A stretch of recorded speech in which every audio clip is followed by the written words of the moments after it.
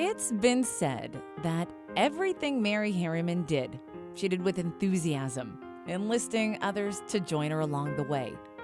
A natural collaborator, she recognized that women had an important leadership role to play in improving the community.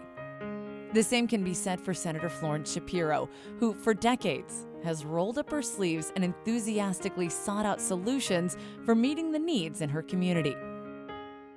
In 1976, Plano, Texas was an emerging suburb of Dallas. Plano was a community in need of an organization where civic-minded women could join together and work to find solutions to their emerging community issues.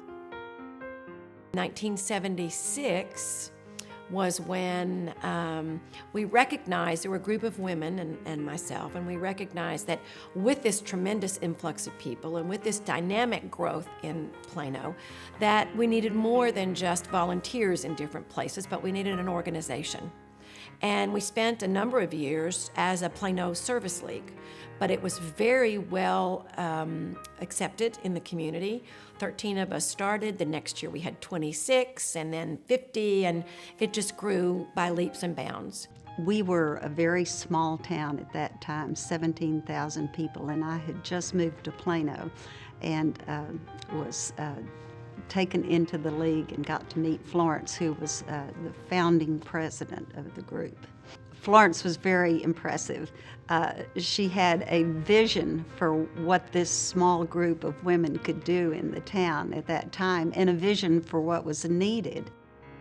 I think my league experience probably was the nexus for everything that I did. The idea that I would organize as one of the founders, 13 women, have a mission, find goals, objectives, meet those, participate with people together. It really was the beginning of my desire to continue serving the public. A committed community and civic leader, Senator Florence Shapiro did not enter public service to make a statement. She entered to make a difference. Senator Shapiro began her career in the Texas Senate in 1993. However, her entrance into elected office began decades before, and not long after, she founded the Plano Service League. I met Florence when she was mayor of Plano. She was the first woman mayor of her city, and she was a leader. She was a leader from the beginning. You could see it. She just was a star.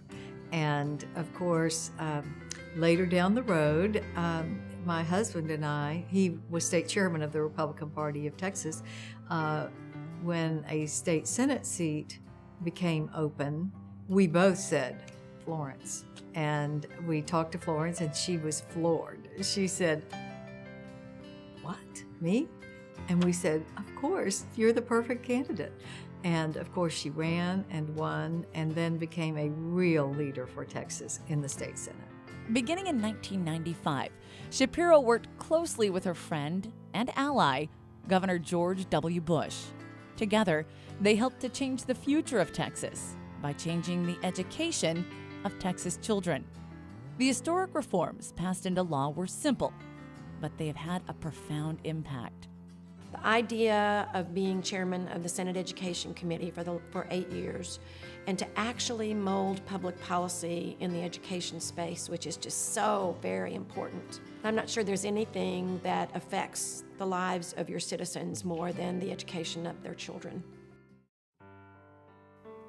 Another career-defining piece of work was a comprehensive package of bills known as Ashley's Laws. 7-year-old Ashley Estelle was abducted from a Plano park and murdered in 1993, a crime that rocked the community and set Senator Shapiro into action. But we need new solutions, and I am sure that if this bill becomes law, that Texas will become the standard in sex offender laws. These laws, which passed in 1995 and 1997, have improved the way our state adjudicates, punishing, and tracks sex offenders, and is used as a national benchmark, saving more than 500 children nationally. Senator Shapiro used her skills learned in the league to bring groups together to work collaboratively to effect significant change. Ashley laws have been adopted by almost every state. What happened was Senator Florence Shapiro came to our Children's Advocacy Center and said, if you could change the system to protect children, what would you do?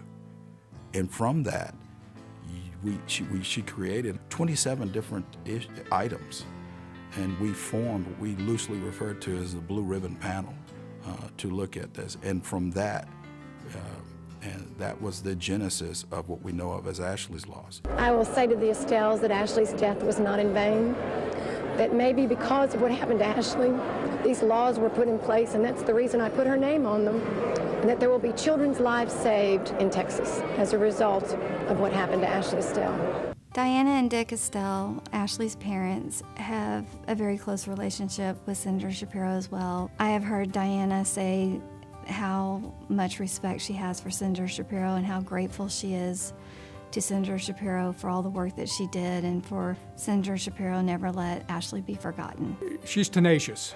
I respect her greatly, but boy, when she gets an issue and she, particularly she's passionate about her issues, whether it be education, kids, it was like a light bulb came off on her saying, that this is something that needs to change. But Florence really honed her skills in the junior league and as a community leader, and then became mayor, and has taken those skills, the tenacity, the never take no for an answer attitude. She took it straight to the mayor's office and then to the state senate.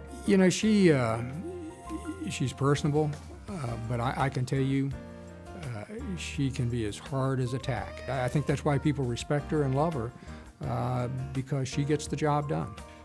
She's just been a tremendous gift to our community. We are so fortunate to have her in our lives for the last 40 years, and our community is all the better for her contributions and her commitment and her unwavering affection for the citizens of this area. She is a star.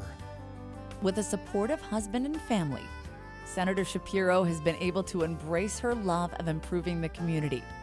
One of the main things with her is her parents were Holocaust survivors, and it was a very big deal to her to see that, for her parents to see the transformation, especially from going from Germany, where they weren't even allowed to be citizens, to one generation later, she was not only a citizen, but a very involved and vibrant citizen, and a woman able to hold public office and to hold state office, which was an amazing thing for just in one generation to see that change. The main thing that I have always said is, because of my parents and their past, that I have always felt that God put me on this earth to be the bridge between my parents and their past, and my children and their future, and now my grandchildren and their future. And I hope that as my time comes, that when people look back, they can say that I gave 150% to that vision.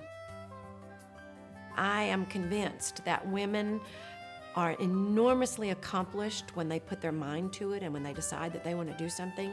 There's no better example than the Junior League. Women that have an honest and sincere desire to make the world a better place.